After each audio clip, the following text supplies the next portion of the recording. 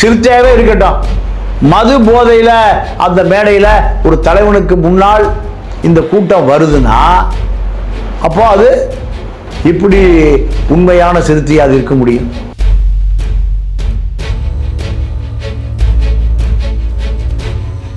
அதே போல அந்த கூட்டம், வட இந்திய கூட்டம், அவர் எங்க தள்ளிட்டு போகுது? பள்ளத்து பக்கம் தள்ளிட்டு போகுது.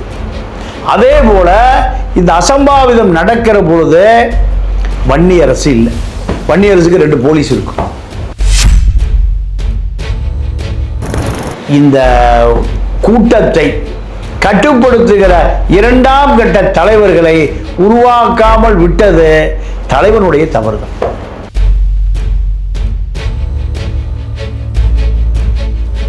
ரவிக்குமார், சிந்தனை செல்வனை போன்ற நபர்கள் எல்லாம் திமுகவுடைய எலும்பு துண்டுனே திட்டார். ஒரு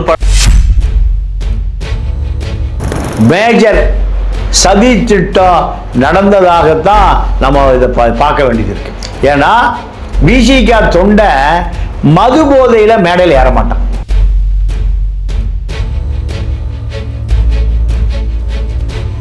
பலவீனம் இல்ல, இவ்வளவு விசுவாசியா இருக்காங்க, ஏன் கட்சியை விட்டு இன்னும் நீக்காது இருக்கா?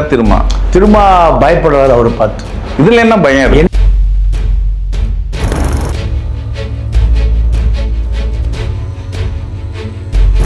நேயர்களுக்கு வணக்கம். இன்றைய நேர்களில் நம்மோடு இணைந்திருக்கார் மூத்த பத்திரிகையாளர் திரு தமிழா பாண்டியன் அவர்கள். வணக்கம் சார். வணக்கம் சார். நம்ம உளுந்தூர்பேட்டில் நடந்த அந்த விசிக மாநாடு, தமிழ் தேசிய மாநாடு பார்த்தோம். அதில் நிறைய முரண்பாடுகளான செய்திகள் வந்திருக்கு. திருமாவுக்கெல்லாம் குறி வச்சிருக்காங்க அந்த மேடையில். திருமாவுக்கு பெரிய ஆபத்து அந்த இடத்துல இருந்தது. அவர் சுதாரிச்சுன்னு நகர்ந்தது பெரிய விஷயம்.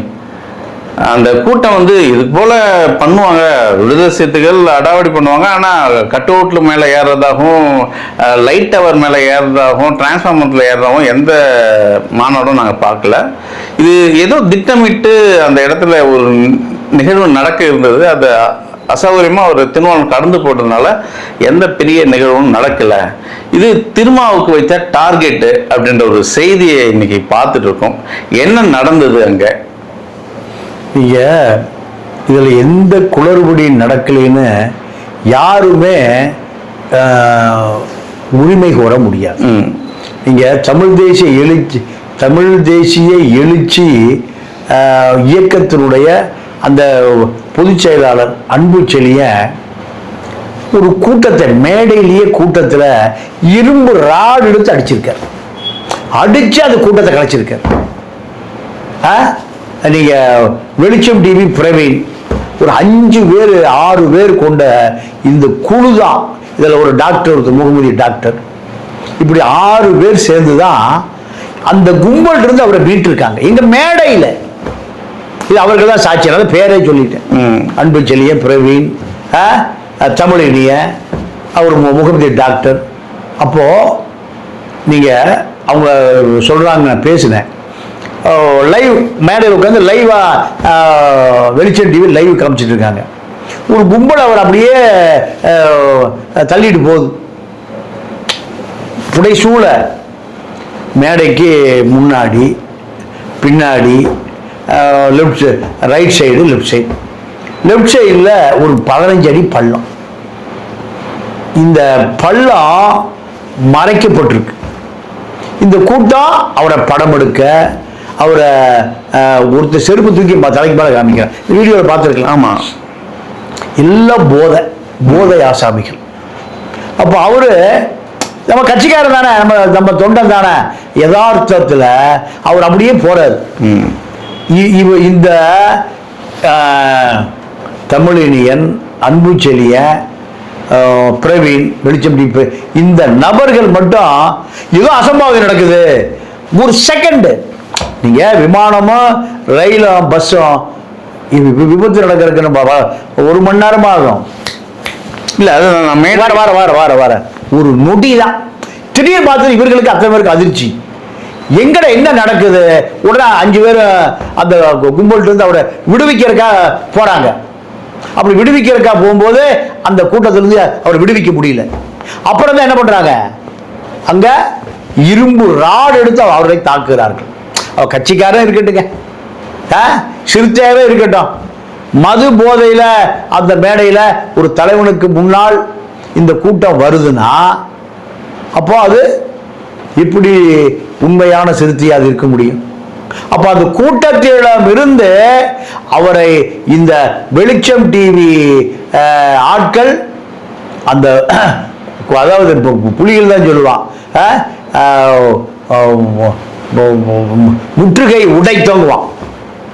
அதே போன்று அந்த மது போதை கும்பல்கிட்ட இருந்து முற்றுகையை உடைச்சு எதை வச்சு இரும்பு ராடை வச்சு உடைச்சு தான் இவரை மீட்டு எடுக்கிறாங்க.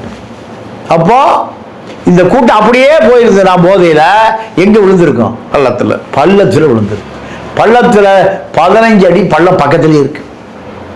15 அடி பள்ளத்துல இப்போ ஒரு 40-50 பேர் மேல, தலைவன் கீழேனா நினைச்சே பார்க்க முடியும். கண்டிப்பா மேடையில இதை பத்தி நாங்க ஒரு விசிகா தம்பு அங்க இருந்த ஆட்கள்கிட்ட நாங்க கேட்கும் போது அவங்க பல தகவல்களை சொன்னாங்க. என்னன்னா, வட மாநில இளைஞர்கள் நிறைய பேர் அங்க சூழ்ந்திருந்தாங்க மேடையில. அதுவும் திருமாவரத்துக்கு முன்னாடி எதுவும் மேடையெல்லாம் காலியா இருந்தது. அவரோடு அது கூடவே யாரோ வந்தாங்க. ஒரு 100 பேர் கொண்ட குழு அவர் சூழ்ந்துருச்சு. அந்த இடத்துல திடீர்னு ஏற்பட்ட அந்த கூட்டம் எல்லாரும் நேரத்துலையும் ஹிந்தியில டேட்டூ போட்டுன்னு இருக்காங்க. ஹிந்தியில பச்சை குத்துற மாதிரி டேட்டூ போட்டுன்னு இருக்காங்க. இவங்களெல்லாம் நாங்கள் இதனால் வரை நாங்கள் மாநாட்டில் பார்த்ததும் இல்லை. கேட்டால் மதுரையிலேருந்து வந்தோம், அலங்காநல்லூர்ல வந்தோம் அப்படின்ற ஒரு கட்டுக்கதையை சொல்றாங்க. யாரு இவங்க நிர்வாகம் கேட்டால் சொல்றதுக்கு ஆள் இல்லை அப்படின்ற ஒரு செய்தியெல்லாம் அவங்க சொல்றாங்க. அவரு இந்த தகவலை போயிட்டு தலைவர் தொல் திருமாவளவன் கிட்ட சொல்றாங்களாம் இந்த செய்தி. ஏன்னா இது மாதிரி வட மாநில இருந்தவங்களாம் முகம் தெரியாதவங்களாம் மேடையில் இருக்காங்க. சரி ஏதோ நடக்க போகுது, எனக்கு அது மட்டும் உறுதியா இருக்கு, நான் நகர்றேன் இங்கிருந்து. ஏன்னா நமக்கு தெரியும் திருமாவளவன் மேடை ஏறினாவே அவர் மைக்க பிடிச்சா அவர் எவ்வளவு நேரம் பேசுவார்னு. அரசியலே எவ்வளவு கருத்து முரண்பாடுகள் இருந்தாலும் அவர் மேடையில ஒரு நாகரிகமான பேசி முடிச்சுட்டு தான் வருவார் தொண்டர்களுக்கு. ஆனா அந்த மேடையில ஒரு பேச்சு பாதியில நிறுத்திட்டு நகர்ந்துட்டார். இங்க ஒரு கேள்வி என்னன்னா, தலித் தலைவர்களுக்கு எப்பவுமே தமிழ்நாட்டில் பாதுகாப்பு இல்லை. குறிப்பா திமுக நகர்ந்துட்டாரு திருமாவளவன்.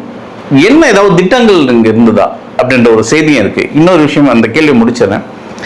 மேடையிலிருந்து நகரும் போது, அதாவது அந்த விழா விட்டு அவர் நகரும் போது அவருக்கு உடன் இருந்தவர்கள், குறிப்பா சிந்தனை செல்வன் ஆகட்டும், வன்னியரசு ஆகட்டும், 2ஆம் கட்ட தலைவர்கள் யாருமே கிடையாது.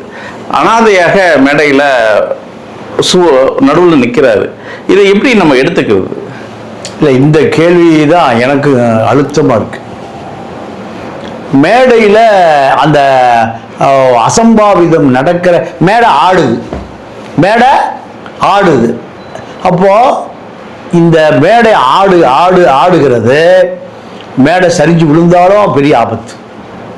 அதே போல அந்த கூட்டம், வட இந்திய கூட்டம், அவர் எங்க தள்ளிட்டு போகுது? பள்ளத்து பக்கம் தள்ளிட்டு போகுது. அதே போல இந்த அசம்பாவிதம் நடக்கிற பொழுது வன்னியரசு இல்லை. வன்னியரசுக்கு 2 போலீஸ் இருக்கும். எப்பவுமே ஒரு 2 பிஎஸ்ஓ இருப்பாங்க. ஒரு அமைச்சருக்கு 2 பிஎஸ்ஓ. அவர் எங்க அந்த நேரத்தில் போனாரு? பொதுச் செயலாளர் ரவிக்குமார், சிந்தனை செல்வன் 2 பேரும் முதல்ல உட்கார்ந்து இருக்காங்க. 2 பேருமே மேட கட்டுப்பாட்டை இழந்த பிறகு தலைவனை உஷார்படுத்தியிருக்கணும். ஏங்க, தலைவனை பாதுகாக்கிறது அவங்க வேலை இல்லை. அப்ப இவர்கள் தப்பிச்சு ஓடி போயிட்டாங்க. அமைச்சர், போலீஸ் பாதுகாப்பு இருக்கு, துப்பாக்கி ஏந்திய போலீஸ், எப்பவுமே ஒரு ரிவால்வர் இருக்கும். அப்போ அந்த போலீஸ் எங்க? அப்போ அசம்பாவிதமா இருக்கு, ஏதோ நடக்க போதுன்னு இவர்கள் தப்பி போயிட்டார்கள், சந்தேகம் வருது.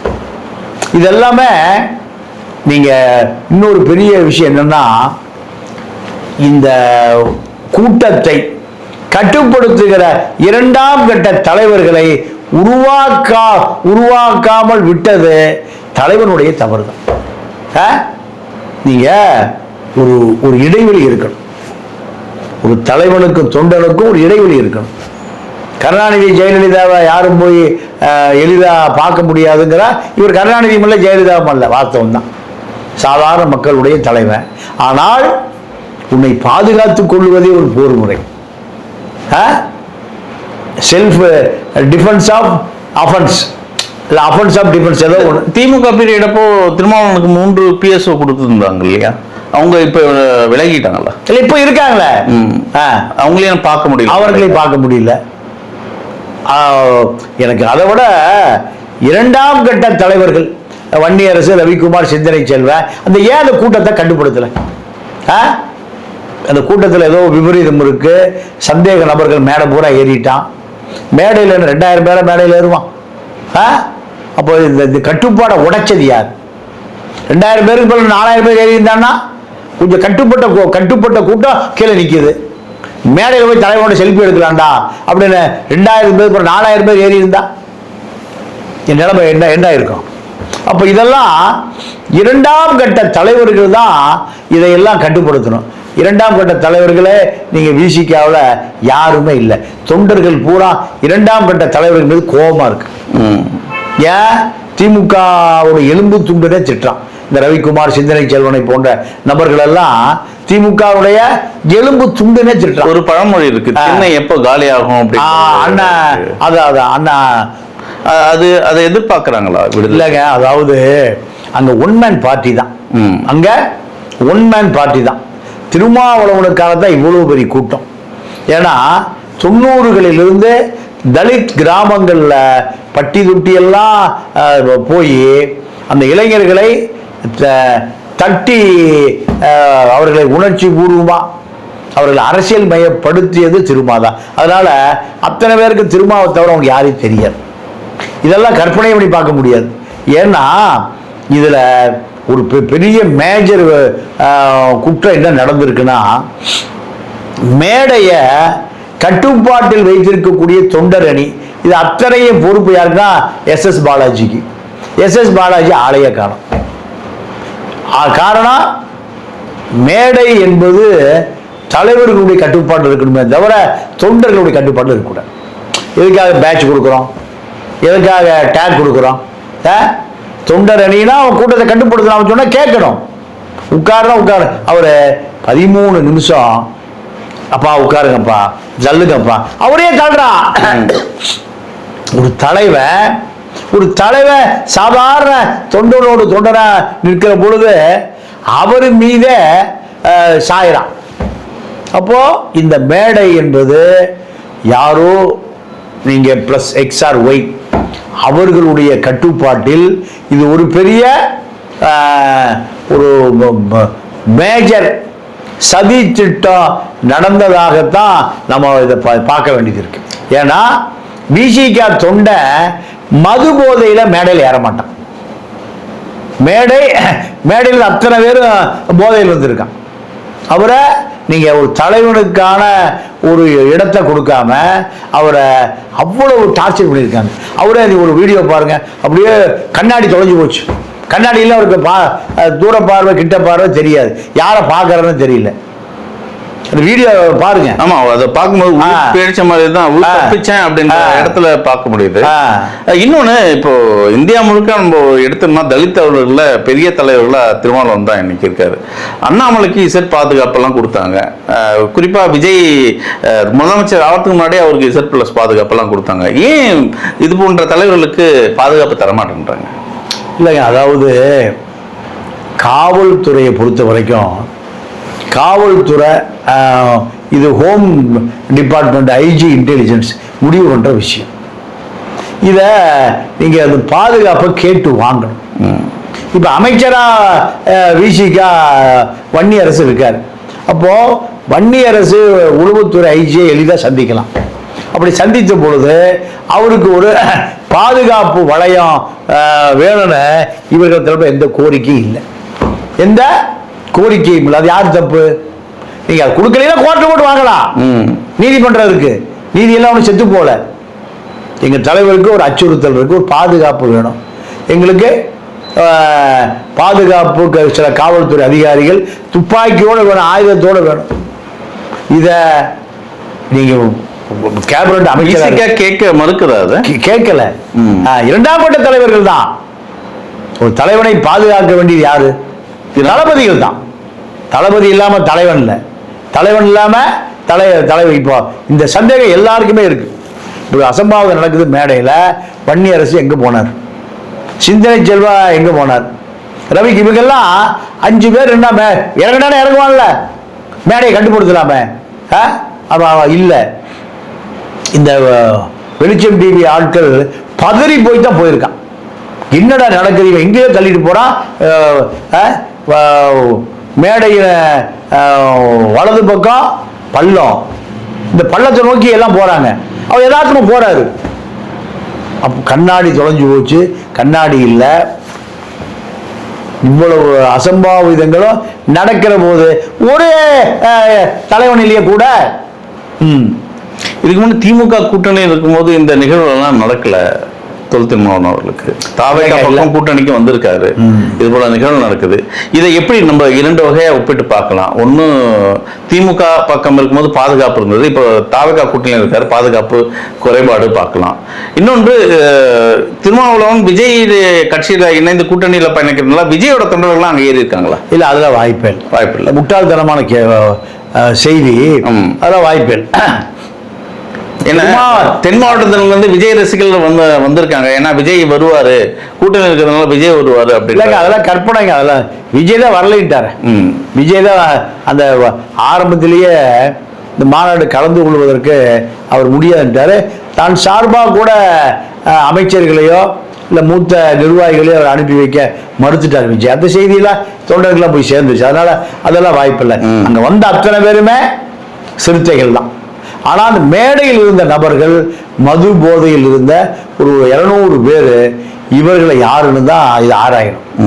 இவர்கள் தான் இந்த மேடை நாகரீகம் இல்லாம அத்தனை பேரும் நீங்க முரட்டுத்தனமா போதையில இவன் நடந்திருக்கான். இத 2ஆம் கட்ட தலைவர்கள் எப்படி தப்பி ஓடுனான்? மேடை கட்டுப்பாட்டு இல்லை. அதன் பிறகுதான் இதை 2ஆம் கட்ட தலைவர்களே காணோம். கட்டுப்பாடு இல்லைன்னா உடனே என்ன பண்ணிருக்கணும்? மைக்கு பிடிங்க மேடையில இருந்து அத்தனை பேர் இறங்கணும்.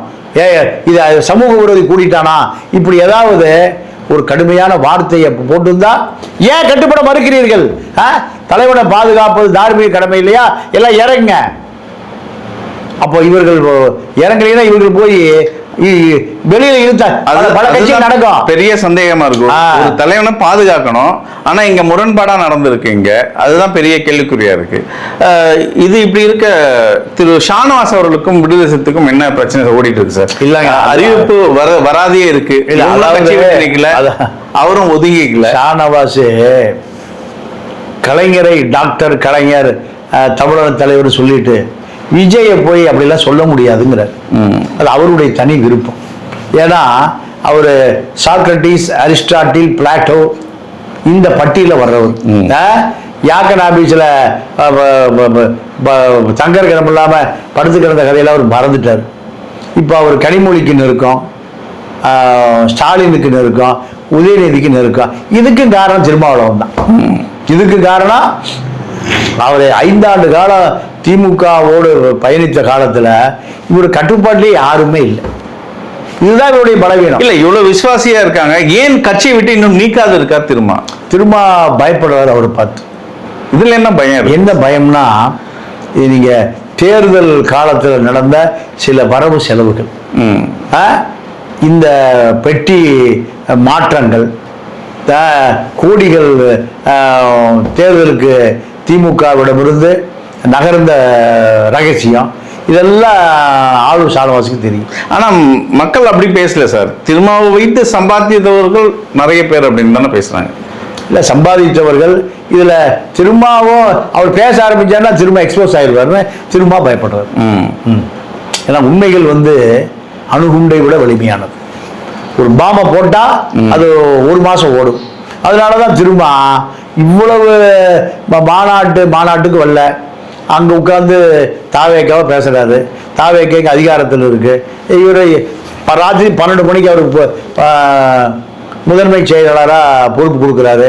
இதெல்லாம் வாங்கிட்டு இவர் மதிப்பதே இல்லை. அந்த அளவுக்கு திரும்ப பலவீனமான தலைவரான ஒரு சந்தேகம் வருது. தொடர்ந்து பேசுவோம் சார். பல தகவலை சொன்னீங்க. நன்றி, வணக்கம்.